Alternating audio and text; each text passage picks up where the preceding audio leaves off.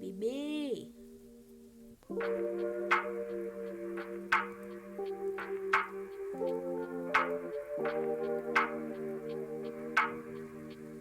It's working, y'all.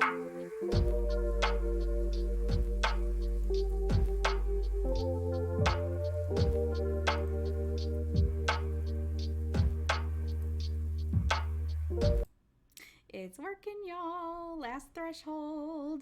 This is the other game I wanted to try. We'll just try it for a bit. We'll see how it goes. All right. I know I probably won't get a lot of people talking during this, so I'm not going to be too worried about it. Not too worried. Press any button. Oh, this has Lovecraftian. I'm turning lights off. This has Lovecraftian elements in it, so we'll see how it works. I want a new game because if I do load, it gives me this, and I frankly want to go back and start. Wait, if I do load, can I? No. Let's load new game.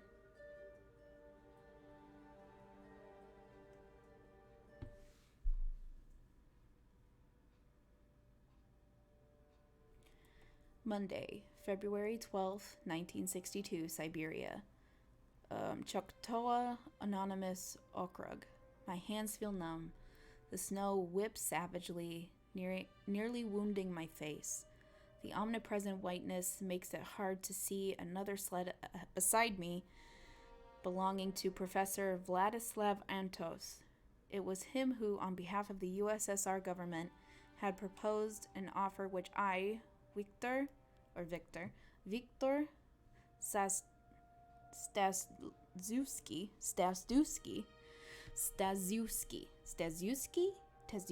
I couldn't refuse. Professor visited my academy in Warsaw 1 week ago. The issue revolved around my father's research, the very same research that was mocked by the rest of the faculty and was the reason he had to take early retirement. Ooh. Okay, so we have a picture. I have a feeling this might be... I wonder if this has anything to do with... It's not the same people from the Mountains of Madness, but I wonder if it's kind of similar. Vladislav showed me pictures of ruins uncovered by earthquake. Similar structures were described by my father, Karol Staszewski, when he... I'm not going to be able to say that. Staszewski. When he returned from exile. The same buildings have been haunting my memories ever since I can remember. Will I really be able to see them with my own eyes? We shall see. Carry on your father's legacy, I see.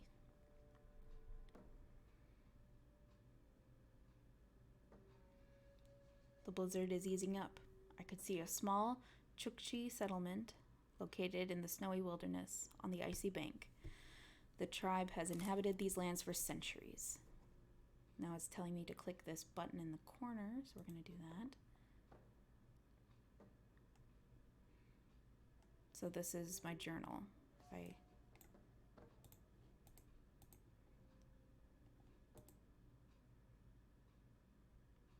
So it must be someone who settled close to this place, I'm assuming. Okay.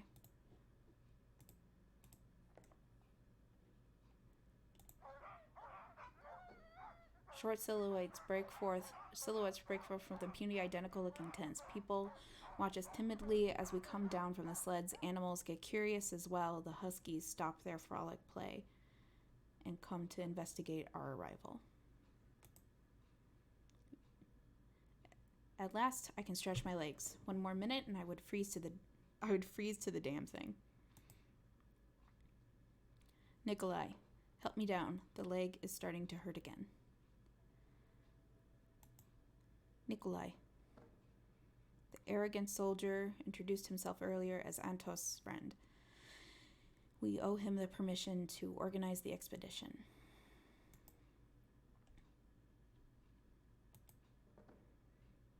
Could you hand me my morphine? It is in the backpack, along with my notes. The Russian nods, then Retrieves the small needle-tipped tube from Antos's back pocket. He pushes the needle straight into his right leg. Chukchi tents must be firmly constructed if they can endure the harshness of the frozen wasteland. Not the pinnacle of architectural achievement, but it does the job. Oh! A big gray dog circles around the professor. He comes closer to me and carefully sniffs my hand. Hi, puppy. I bend down to pet the animal. It tries to get into one of my coat pockets, where I kept the leftover beef jerky. That's my food. Coravier? That's Saber. Calm down. He's not dangerous. The swarthy man calls to the dog with a loud whistle. It's surprising how well he speaks Russian.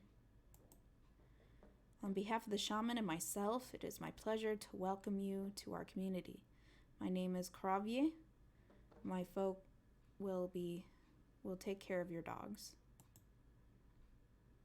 Lovely. What do I click on? Professor Vladislav Antos. The expedition's leader. These men are my comrades. Viktor, and Nikolai Morozov.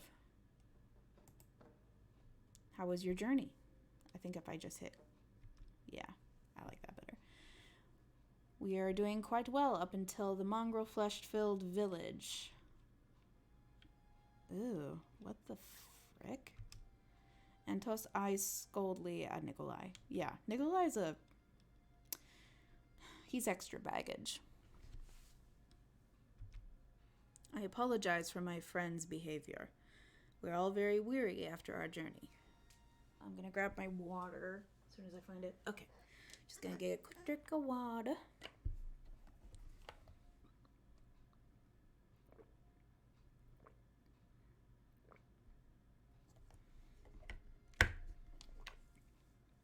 I got one of them big boys, those big, how much water you're supposed to drink all the time, I also have a Snuggie. I'm gonna put that on because it's getting a little cold. It's a little cold out there. I just need to be warm. Want to be warm. Yeah, we don't like Nikolai. Nikolai's kind of a jerkwad. All right, let's get back into it. I understand. The shaman is currently preparing herbs for the purification ritual. You will feel better afterwards. We must be purified, I see. Do I look like some old lady that's keen on drinking herbal teas? I don't think it's what you think it is, Nikolai, so just shut your mouth. The Soviet and the Chukchi examine each other. I feel it is time to change the subject to clean the air. Yeah, this isn't starting great. You have a large herd of dogs here. I can imagine it is not easy to feed them. Coravier focuses on me and eases up a bit. It's true. Dogs are very valuable to us. They are our guardians. Their task is to protect us from evil spirits. Yeah, like Nikolai's an evil spirit for most people. Silly little stories. Oh my god. Do they have no filter? Nikolai, calm yourself. These people are our hosts. Besides, nobody forces you to take part in the ritual if you don't feel like it. Exactly. Muttering some words under his breath, Nikolai takes his leave or luggage from the sled. Villagers are watching him suspiciously as he walks away. Yeah. Again, I apologize for his behavior. He can be quite a temperamental fellow. Yeah, he definitely sticks to his tempers. Do not worry. It is not the first time I need to deal with his kind. Yeah, tell us. Professor Shaman wishes you to see you in private. Once you are ready, come to the Yoranga. That's cool. That's a cool word. Gravier points to the tent standing out from the rest due to its size. After a while, he leaves us alone. Where have you met Nikolai? Oh man, the typo. Man, sorry. What's wrong with Nikolai? Where have you met Nikolai? Let's do that. We had some during an excavation work in eastern Ukraine. As you probably know, the government prefers to have their agents everywhere. By the way, I don't know with the current unrest in Ukraine, I'm not making any political statements or anything with this game. I just found it on Steam a while ago. I'm assuming it was made before all this stuff happened. I can do a little more research into this game, but this is taking place during this early 60s. So the USSR was a thing. They had control over Ukraine at the time, at least I believe so. And this isn't pro-Russia, anti-Russia, whatever. It's just, I'm not making any statements with it. Just thought I'd put that out there. So he's an agent. I was researching the Scythian settlements. Meanwhile, Nikolai was the supplier as well as the logistic support. I will never forget this incident. Tell me, why? We haven't done a proper job securing the excavation. The ground collapsed on Nikolai. Had it not been for my quick intervention, he would not be here. So you saved his life. Interesting. I remember now. My father mentioned that this is the way you injured your leg. Am I right? It is a low price for saving someone's life. Since then, Nikolai has started to trust me. Started to trust you? Okay. I can see that something else is troubling you. Ask away. Where have you met Nikolai? I already asked that question. No, it's nothing. Splendid. There is nothing more I would like to ask of you. The Chukchi are open to strangers, but only if they respect their beliefs. We should do our best to not offend them. Yes. Keep an eye on Nikolai. I will try to get back quickly. So I have to watch Nikolai? Professor smiles and pats me on the shoulder. Once he disappeared into the shaman's yurt, I was approached by a man not resembling a local. Czeslaw Kasproches? I'm gonna butcher these names, so don't hold me to it. Looks like the sled bothered you more than the temperature. Just checking on comments here. No, we're good. Is it that easy to conclude that? Young man with a camera slung over his neck takes off a puffer glove and firmly shakes my hand. Czeslaw Kasproches. I'm covering the story of the expedition. Viktor Savulski, pleased to meet you. Let us hope you will have the opportunity to document the success only. I look forward to it. I wouldn't like to disappoint the professor. When I showed him the pictures of the ruins, he was highly touched. I also mentioned your father. What a man. My father has done great things, I see. It made me feel longing upon hearing Carol's name, which Czeslaw noticed immediately. My father was a teacher. He was sent to Siberia for teaching in Polish. After a few years of deportation, he managed to go back to Warsaw. Oh. I'm sorry. It must have been tough. I nod hesitantly. After a moment of troublesome silence, Czeslaw lifts the camera and takes picture of the surrounding tents. The flash reflects off the white powdery snow. Gentlemen, help with the sled is required. Manya Yachnotov. Manya. Oh yeah, damsel in distress. We notice a woman taking off the sled some lightly packed equipment, drills, coiled cables, thick ropes. The largest part of the sled is taken up by parts of a foldable winch. How can we help you, Manya? We have to check if everything is here. Be careful. Just be careful. There's dynamite somewhere under this mess. Man. I get the feeling we didn't get to know each other. Viktor Starzluski, archaeologist. Manya Nyatronov, 6th Army Engineer, 111th Mechanized Infantry. Oh yes, Professor Antos mentioned that an engineer would be accompanying us. Have you arrived with Cheslaw? Mm-hmm. We have been stuck here for a week straight. I'm glad we finally will be able to set off, so she doesn't want to stay here anymore. Right. It isn't the most entertaining neighborhood. What exactly are we looking for? The winch. Without it, we can forget about lifting. The reporter disappears behind the other side of the sled. Without saying another word, we begin digging through the piles of packages. I'm surprised by the amount of equipment so generously provided by the military. The sound of heavy footsteps appears behind me. Hearing muttered whispering, I realize that Nikolai is coming our way. Oh boy. Well, our little Miss Engineer. Have you forgotten something? The Soviet reaches into his breast pocket and takes a long sip. There is no such possibility. I'm certain that. The reporter emerges from behind the pile of packages holding the winch in his hands. I got it. It was underneath everything else.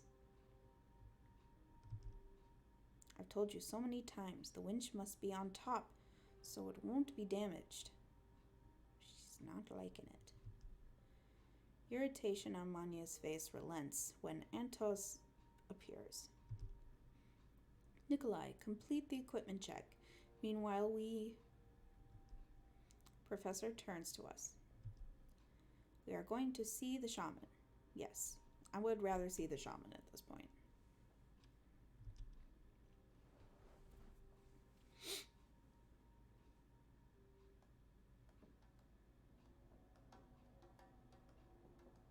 Oh, hello. We're sitting around the fire in the center of the yurt. The intense scent of herbs fill the air, combined with the smell of animal skins surrounding us. I like the big hands, man. The big hands they're really awesome. I like it. It's pretty cool.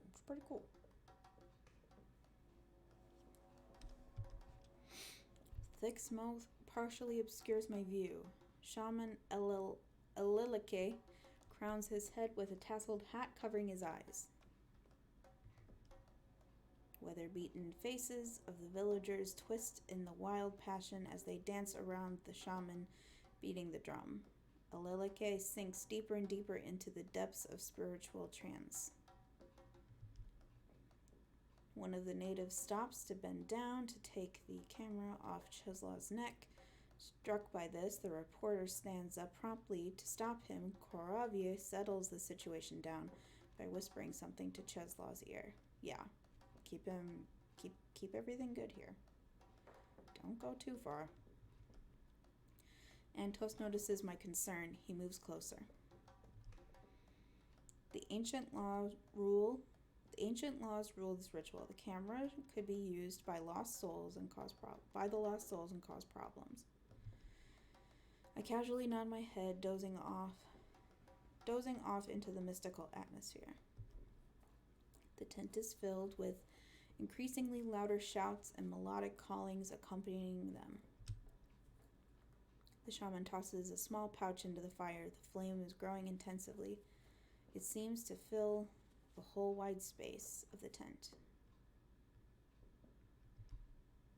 My throat feels like it's on fire. Heavy smoke is bursting into my lungs. It burns from inside. I can't catch my breath. Yo, you having a moment? I feel the flame spreading all over my body. Are we on fire? Or are you just high? We're having a moment. My hands are melting, turning into shapeless blobs of flesh. Yeah, we're high. The pain goes away as quickly as it appeared. I don't feel anything anymore. A single impulse flows down through the remnants of the subconscious mind. It's freezing.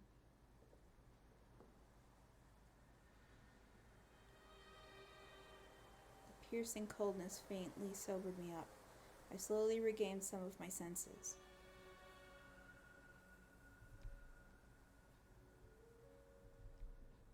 In the distance, a vague silhouette of a man was looming through the snow. Is that what that is? I try to catch up with it. I force myself to hurry, but I can't move forward. It feels like I'm running in place. This is kind of a good game. I like this. Finally, the blizzard subsides. Before me, I see the Cyclopean gate, crowned with a warped sign of a 5-pointed star. The central part of the sign is accompanied by an eye with a flame-shaped pupil. The eye seems to be looking insistently deep into my soul, as if in search of some weakness. Okay, I'm just gonna say it right here. This is SL, author SL Funk speaking. Look at the, around the door, tentacly. We're gonna have some Cthulhu in this. Just saying. Cthulhu's probably gonna make an appearance, or some sort of eldritch monster, some sort of Lovecraftian thing. It's coming. It's totally coming. Father, my son. It is impossible. After all,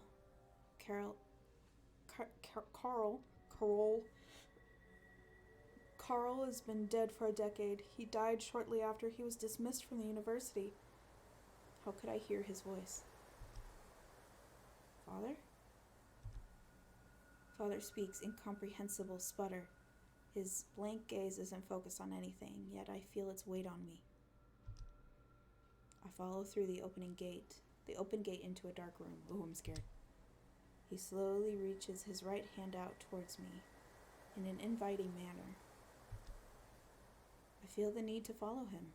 Of course you do. It's your dad, who you've been missing for a decade. I take the first step and... Oh, I'm scared. This is scary.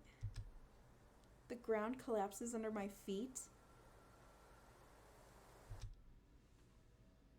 So this is a dream.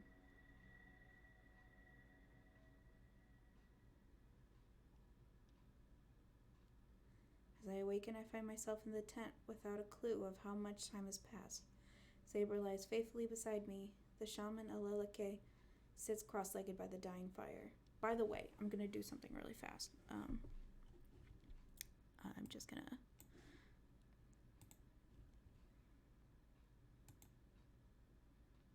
look at how many times... Yeah, I know I'm...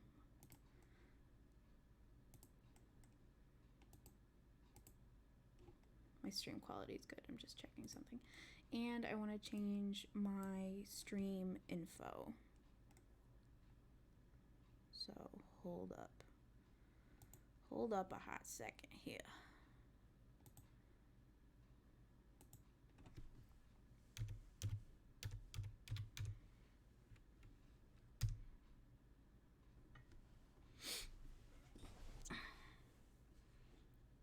And I don't care how many of us are left. I'm either going to just end the stream or we're raiding Lord Athelstan.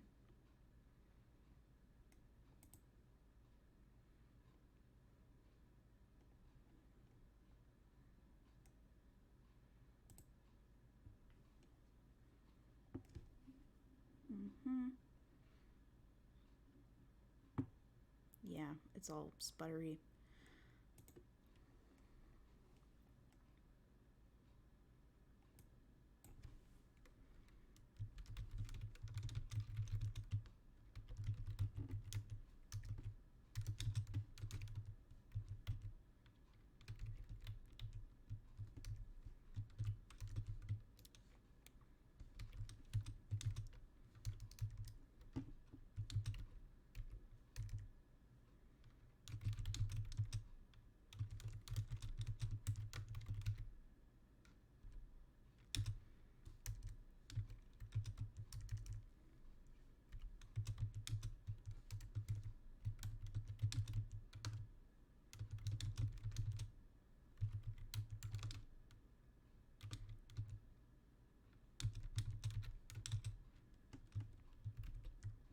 All right.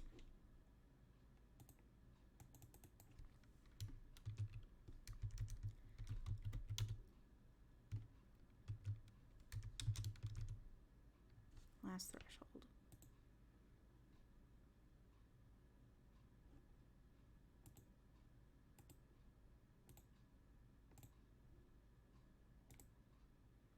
All right. Updated the info. Yeah, I was just taking a moment. Let's continue. Yeah. Are we seeing what we're supposed to be seeing here? Yep. Okay. Just checking. Alrighty. Continuing. His eyes are closed. He sways gently back and forth, still deeply immersed in his trance. Once in a while, he reaches into the pipe and lets out small clouds of smoke. He reaches into the pipe and lets out small clouds of smoke. Okay. Observe Alelike says something to me, but what comes out of his mouth does not resemble any words. I understand. Getting up, I accidentally nudge the dog. Clearly discontented with this, Saber stands up and stretches. As I open the yurt's entrance, Saber squeezes between my legs and dashes to Coravier headed towards me. Need another drink of water. Hello, Coravier. I had a weird dream. Here you are. Your companions began to worry. I was tripping and dreaming about my dad. Yo, just chill.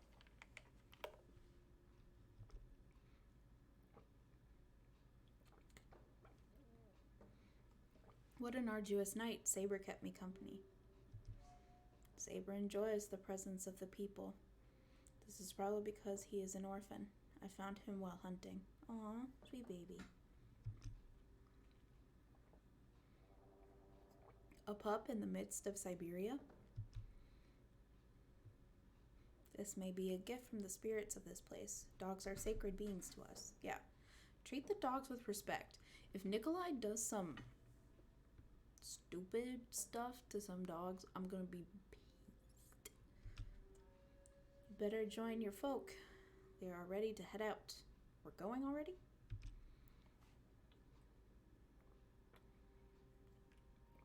Led by familiar sounding voices, I walked to the sled. Chisla, Nikolai, and Manya were busy stowing the last equipment crates. They stopped upon seeing me. Among them, Nikolai is the only one dissatisfied with my return. In the army, for such delay, Tovarish, you will have to scrub all the latrines with a toothbrush. Well, you didn't get high. The rest of us did.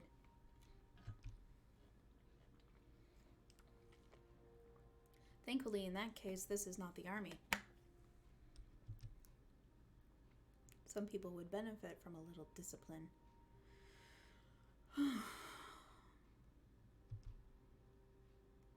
We began to think we would need to leave without you. The local specialty is hard with you, my friend. I smile hearing that. What he said was the understatement. If I had mentioned the vision and my dreams, the rest would probably have taken me for a madman. In terms of substance use, I'm not experienced at all. Yeah, I'm greenhorn. You recovered, which is the most important matter. According to the professor, our goal is to reach the same ruins your father once discovered. Yeah, I figured that much. He did. During his exile, he tried to study them. Tried. Before the ice cover was thicker, there is no way inside the temple. All his life, my father hoped to come back one day. Thoughtfully decided to hide some ill facts from the members of the expedition. Yep. Carl was obsessed with the ruins. On several occasions, he tried to interest other scientists with the subject. However, all attempts were unsuccessful. It was a grim irony that the ruins were not found until after his death.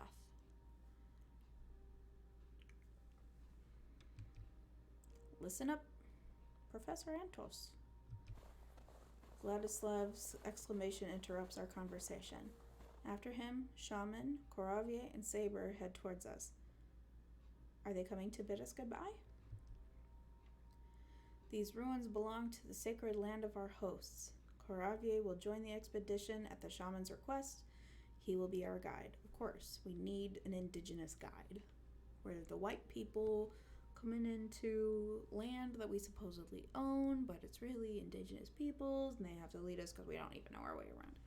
We're going to be messing with stuff we're not supposed to be messing with. That I know. Wonderful. Perhaps we should take the whole village with us.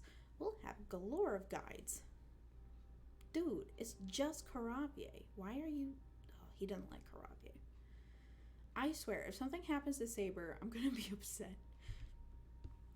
Nikolai, please. I would prefer us not killing each other right away. Right away? Dude. We must remember what we've come here for. Let's head out. I agree. Chizla gestures for me to climb into the sled. As I join him, a peculiar sight catches my eye. Shaman hangs something around Koravier's neck. The amulet is glistening in the sun, revealing a familiar symbol.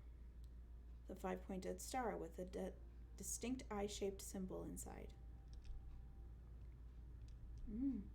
Identical to what I have seen in my vision.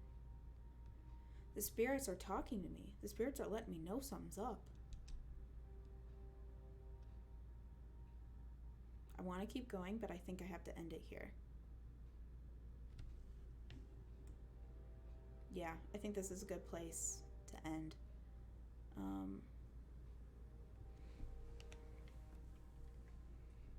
Can I save this part for next time?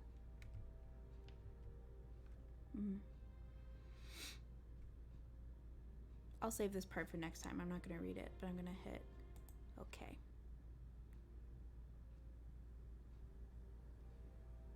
And we're not going to get into the next part because we're going to pause and we're going to exit.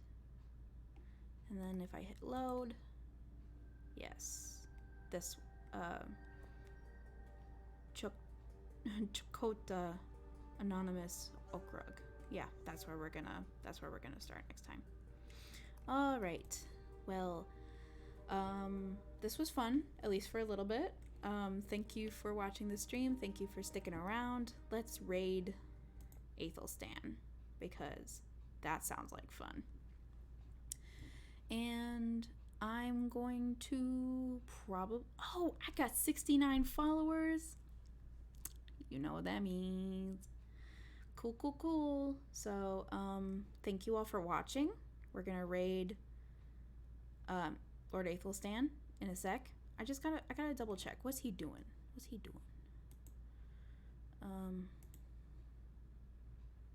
have to see here. I don't even know what he's doing. Dark Souls 2. That sounds fun. 40 million McNugget challenge and beating Dark Souls. That sounds perfect. I could also do Argus Boba. Can't write romance, so I write action. I don't know. Should we do Argus Boba or should we do Lord Athelstan? I don't know. We'll have to see. Anyway, thank you for watching. I think the next time I play a game, it'll depend. I like Last Threshold. I might continue to play it next time. We'll see. This has been a lot of fun. So yeah, thanks for everything. I might stream again tomorrow night. And until then, it's been good. Signing off for now. Bye-bye.